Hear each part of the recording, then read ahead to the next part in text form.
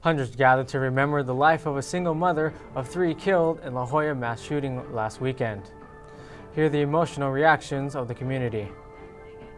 Plus, in sports, a pair of shoes could set you back $1,000. Are they worth the hype? We'll show you the embraces at the border wall that have been years in the making. And if you have outdoor plans this weekend, you won't want to miss our weather forecast. Newscene starts right now.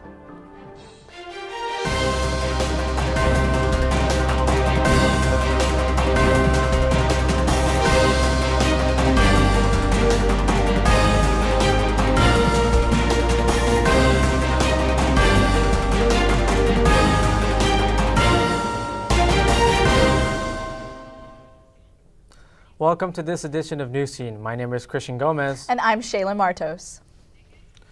The finalists for the job of president of City College have been announced. An open forum is being held for anyone to attend the meet in the final 2 candidates.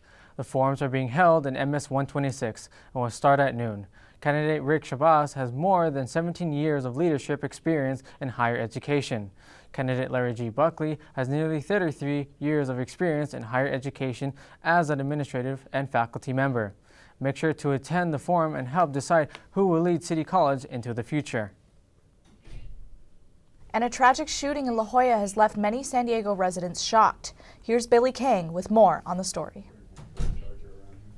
Thank you so much, guys. And it's been almost a week since 7 people were wounded and 1 life was lost in a pool shooting in La Jolla.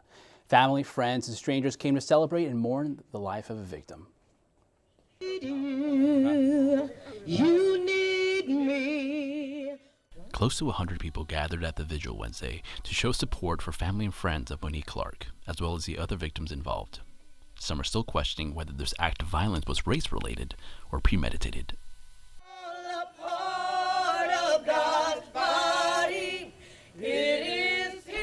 As you can see right behind me, people are still gathering at the vigil for the victims of the pool shooting incident that occurred this past Sunday at the La Jolla Crossroads apartment complex, where shooter Peter Sellis took the life of Monique Clark and injured many others. Monique never knew she was going to be a sacrifice to bring this many people together, and it's not one of the choices of the family that she wanted to do it this way. But when I got here and began to look at the crowd and look at everybody here, and I was saying, it's just interesting how God always allowed. There's a lot of things that are being said. I won't make my assumption of what it really is. You know, if you look at it anyway, you could put your own spin on it. My thing is, right now, it's about a person who has lost their life, and now it's up to us to do something with it. This is my neighborhood. I felt that, you know, as a faith leader in my community, I have to be here. I have to come and show my support and solidarity to the family of the victims and to convey the condolences of my community members. She called me a few minutes before all this went down. Well, I'd say like 30 minutes. And she was begging me to come over to meet up with her, and I told her I'd think about it. And then I fell asleep. An hour had passed. I was trying to get a hold of her family, and then sure enough, I called her phone again, and he told me that she had died. Yeah. And just send your prayers, give them their space.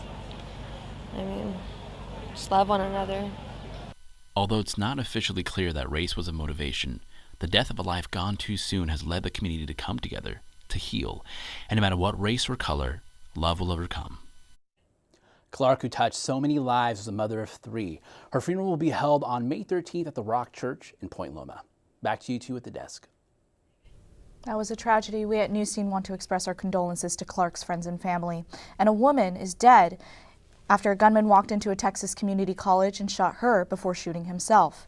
This happened Wednesday morning after witnesses say 21-year-old Adrian Torres walked into a common study hall and started arguing with the victim. Torres then allegedly shot 20-year-old Janira Gonzalez before going into a locker room and shooting himself. Police are looking into whether the two had a prior relationship and if they were students at that college. So far, officials have yet to find a motive for the shooting. At an event in New York City, former Secretary of State Hillary Clinton gave her public opinion on the recent missile strikes on Syria.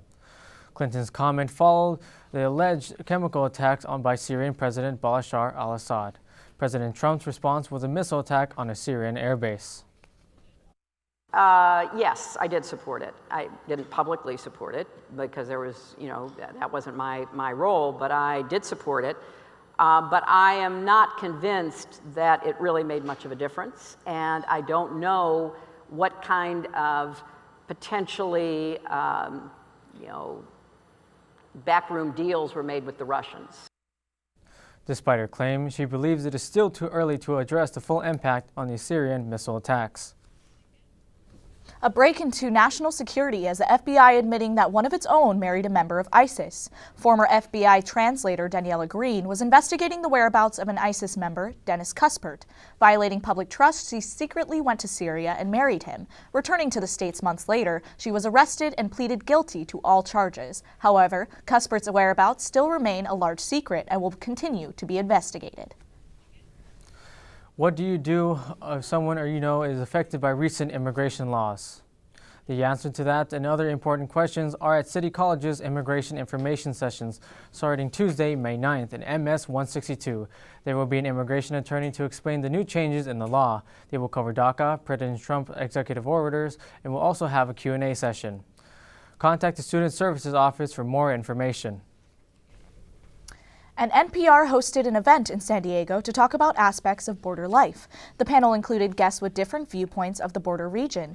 Jean Guerrero, a border reporter for KPBS, Jacqueline Arellano of the Border Angels, and Terry Shig, a Border Patrol spokesperson, were among the speakers. The event was held Tuesday at Jacobs Center, and NPR host Michelle Martin was the moderator. Speakers talked about current matters, including culture, economy, law enforcement, and immigration. The event was also streamed live on NPR.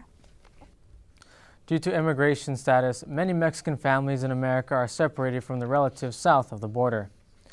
And it was Child's Day in Mexico, and this will be a new tradition that is hoping to be born. A tradition of love through doors of hope. Newscene had cameras on both sides of the border, and Vince Vangela has the story. The sixth family. The look of anticipation. The adult is Lisbeth Borja Lopez. The moment of realization. The joy of reunion and the pain of knowing that this may be the last time you ever get to hug these family members again. In front of media from around the world, the Door of Hope opened at Friendship Park along the San Diego-Tijuana border for the 5th time ever. People normally just get to touch pinkies through this fence, but today, Children's Day in Mexico, they're actually opening the door and letting families come through and hug for the first time, sometimes in even as much as 10 years.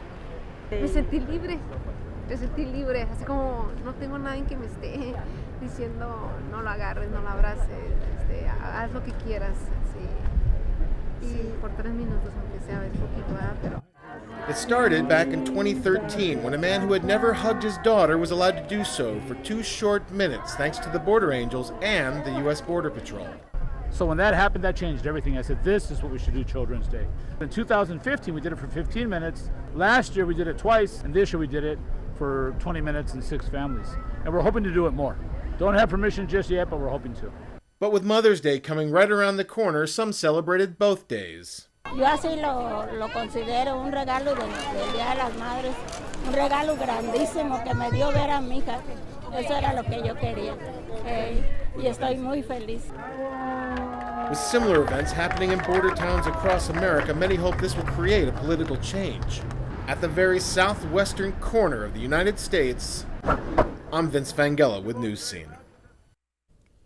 When they get permission to hold these events, Border Angels sends out a press release and letters from families come flooding in. The hard decision is then made by the U.S. Border Patrol, who picks the families that get to hug at the Door of Hope. And in sports, NBA playoff action is in full swing. We have the full and latest from the court and more. And stay tuned to find out why the UC system is under fire again, coming up on Newscene. I'm one unlucky guy. The chance of being involved in a robbery is 1 in 757. The chances of being struck by lightning, 1 in 750,000. Please fasten your seatbelts for unexpected turbulence. The chances of being a victim in an airline crash, 1 in 29 million. Hey, could I get some peanuts?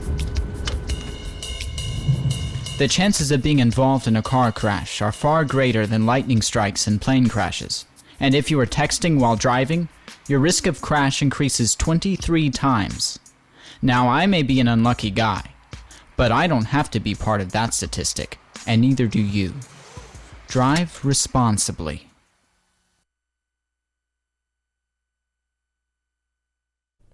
A man is on the run from the police after robbing a local San Diego business. A suspect is being brought after authorities after robbing a city bank in La Jolla Cove. The suspect walked up to a teller at the bank located on Herschel Avenue near Wall Street demanding cash. And according to San Diego police, the robber did not expose a weapon as no one was harmed and is being described as a white male between 20 and 30 years old. The suspect fled the scene and was last spotted heading west on foot, according to the officers. A man's brutal killing in Escondido involves a graphic Snapchat video and a so-called hit list, according to friends of the victim and the defendant. 19-year-old Salvador Sanchez was arrested Sunday, accused of killing his close friend Matham Afaraji and dumping his body in Valley Center, according to police. Investigators say Sanchez left clues of the killing on Snapchat and pleaded not guilty to a first-degree murder charge on Wednesday. The judge set Sanchez's bail at $2 million. The University of California school system is under fire from alleged misusing of funds. This comes out after an audit showed $175 billion discrepancy. Many lawmakers are saying administration is not fully cooperating. UC Janet Napolitano has apologized for the officials' handing, but says the number is actually $38 million and has been put aside for unexpected expenses. And an update on a YouTube family surrounded in a scandal alleging child abuse. Earlier this week, Michael Martin, the man behind Daddy of Five, lost custody of his two youngest children. This comes weeks after a public outcry where multiple people say their videos show physical, emotional, and mental abuse. The channel has since deleted their videos, but many have been re-uploaded. The children are in the custody of their biological mother. And we might be seeing a huge change when it comes to family planning here in the United States. President Donald Trump has appointed Teresa Manning to head the family programming. Manning, who was a former lobbyist for the National Right to Life Committee, was appointed to this week. Many people say that this is an attack on reproductive health. Manning has a history of making false claims on birth control and women's health. A lot of things going on from the field to the court this week. Marissa Gonzalez is here with the latest headlines in the world of sports. What's the scoop, Marissa?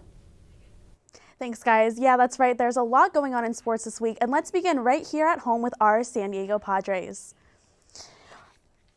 Yesterday, the Padres took on the Colorado Rockies, and let's pick things up in the top of the 7th. Rockies up by 1, and catcher Ryan Hanigan sends a deep fly ball out to left field, only to be caught by a Padre fan in the stands. The home run by Hanigan puts a 2-0 lead on the scoreboard, but the Padres coming back in the bottom of the 8th. And Vera Solarte grounds into a force out that allows Luis Sardinez to score from third.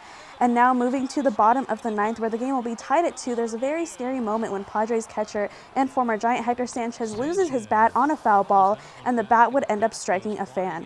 Sanchez and the whole ballpark were obviously worried as medical personnel stepped in. However, everything seems to be okay as the fan was able to walk under her own power as she was escorted out and taken to a local hospital. Now, as the game continued later on into extra innings, still tied at 2, Hanigan yet again will make his mark as he hits into a ground ball to short. Here he goes, hitting that ground ball to short, and with a bad throw to second right here, Ian Desmond scores, which secures a 3-2 victory for the Rockies. And with a record of 12-18, San Diego sits at 4th place in the NL West. Tonight, the Padres take on the Dodgers, which starts in about an hour. Now, moving on from the baseball field to the hardwood, let's get to some NBA playoff action. The Golden State Warriors against the Utah Jazz. Let's begin here in the third quarter with the game already getting out of hand with the pass to Steph Curry.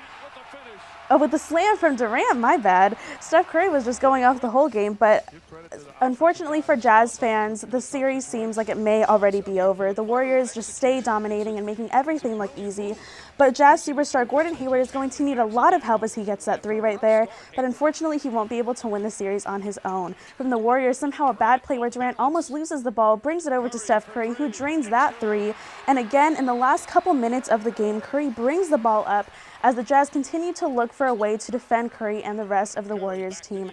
With a hand in his face right here, Steph Curry gets that three, securing a rather easy and ridiculous 115-104 victory. Curry had 25 points and went 5 for 8 from the three-point land. You can catch more playoff action tonight as the San Antonio Spurs take on the Houston Rockets, which should tip off in a few minutes. All right, so after that ridiculous dominance by the Warriors, I can't decide if that's more ridiculous or this next story, which is on a whole new level. As the NBA draft is just 2 months away, former UCLA guard and projected first-round pick Lonzo Ball unveiled his first signature shoe called the ZO2 Primes from his father's Big Baller brand. And what are those? I guess they look nice, but at a price tag of $495, they better be. And yeah, that's correct. If you want an autographed pair from a player who has yet to play a minute in the NBA, be prepared to pay up almost $1,000. The news of the shoe released by Lonzo's father, LeVar Ball, has drawn some rather negative feedback from social media. This made LeVar Ball tweet, "If you cannot afford the ZO2s, you're not a big baller." And LeVar Ball has made headlines these past few months with his outlandish comments, and questions are looming whether it will hurt his son's chance of being a top 10 pick. I guess we'll have to see in the coming months. But for now, I guess I'm going to have to put in a lot of work if I want to solidify my big baller status. But for now, back to you at the desk. Coming up next on Newscene, powerful photos from the May Day March this Monday. And find out which movie is celebrating its 40-year anniversary. Stay tuned. Daisy is 6 years old, and she is my very best friend. I couldn't live alone without her. I spend a lot of time in my backyard. I feed the birds and the bees. I love my flowers. The color in my garden keeps the pink in my cheeks. I was very independent, thought I could take care of myself. I fell and I had to have Meals on Wheels. I love them. They're my savior. And I look forward to volunteers because they've all become my friends. My name is Lola Silvestri.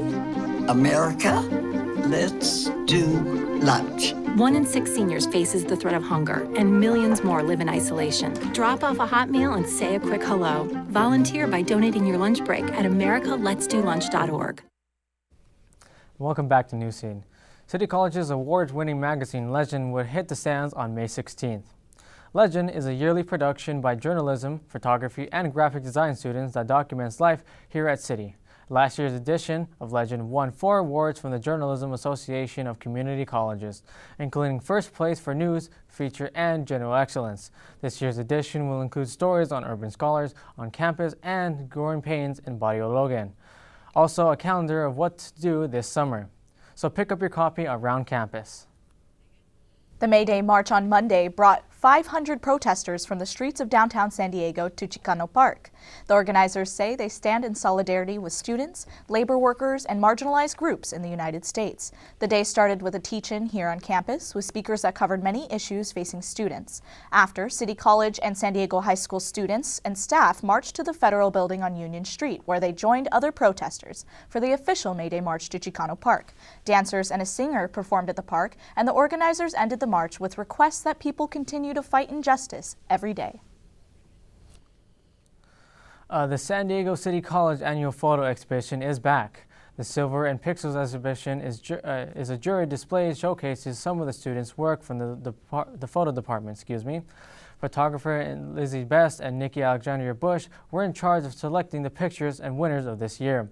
Many of the workers are traditionally black and white photography, and the winners will be announced today.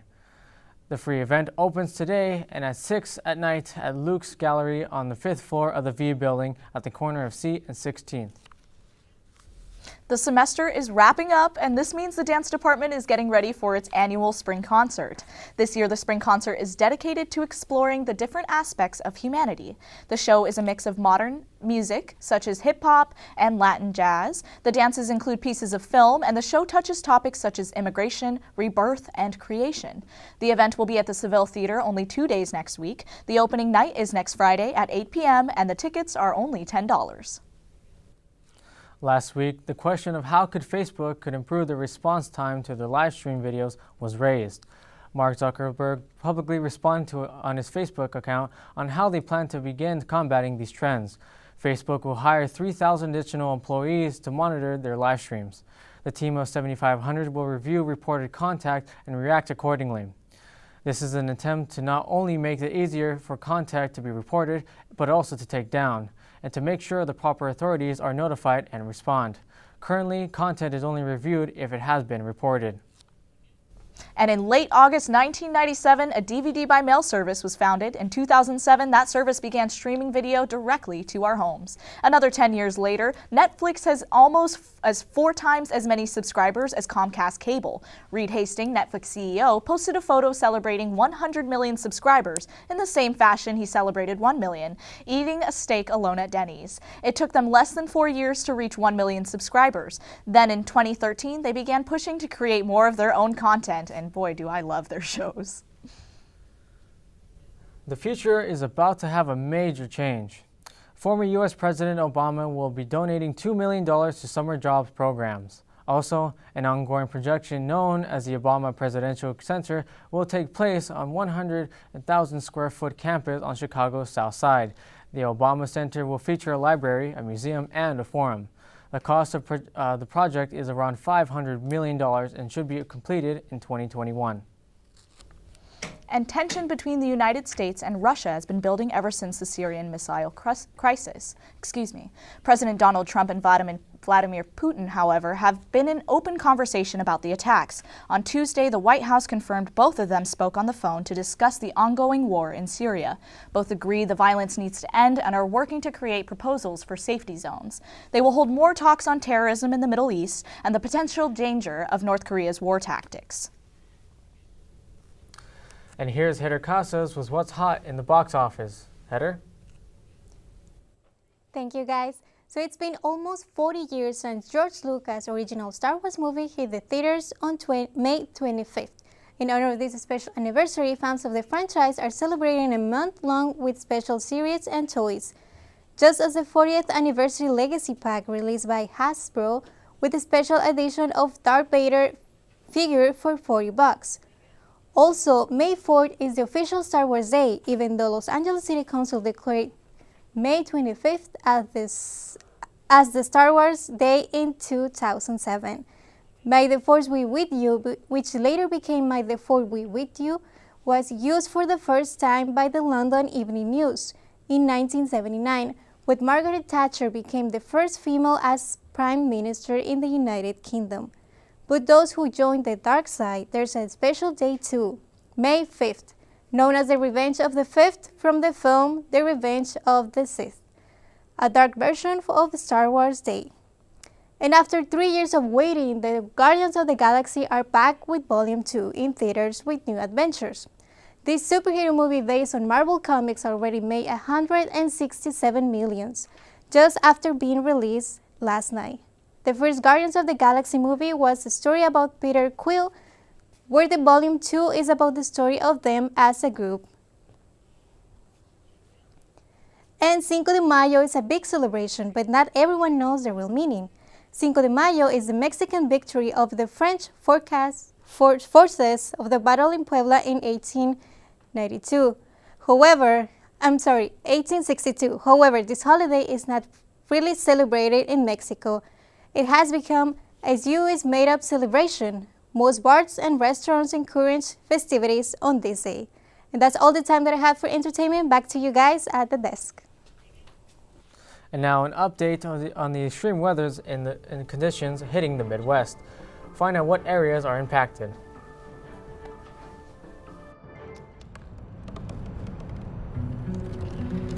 They said I couldn't dream. Called me a piece of trash and swore that's all I'd ever be.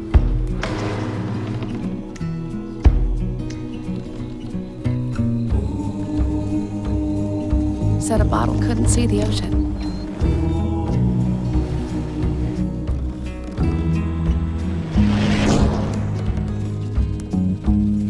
Give up. Go back to the dumpster. But I didn't listen. I made my way.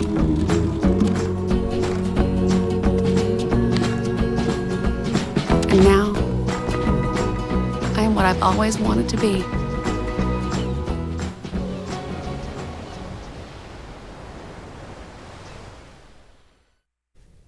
And here's Matthew Powers with the powerful weather. What's going on, Matthew?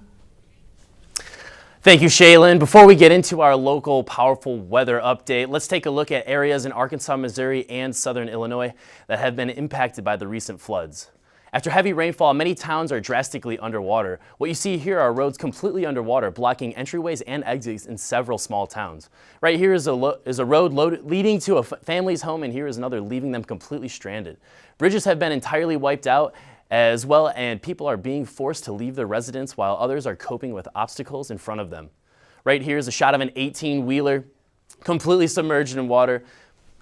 Many authorities have been contacted to help, including the National Guard in Arkansas and Missouri. At this point, the water seemed to be receding, but the local officials are warning their residents to be extremely vigilant and to take any warnings they receive very serious.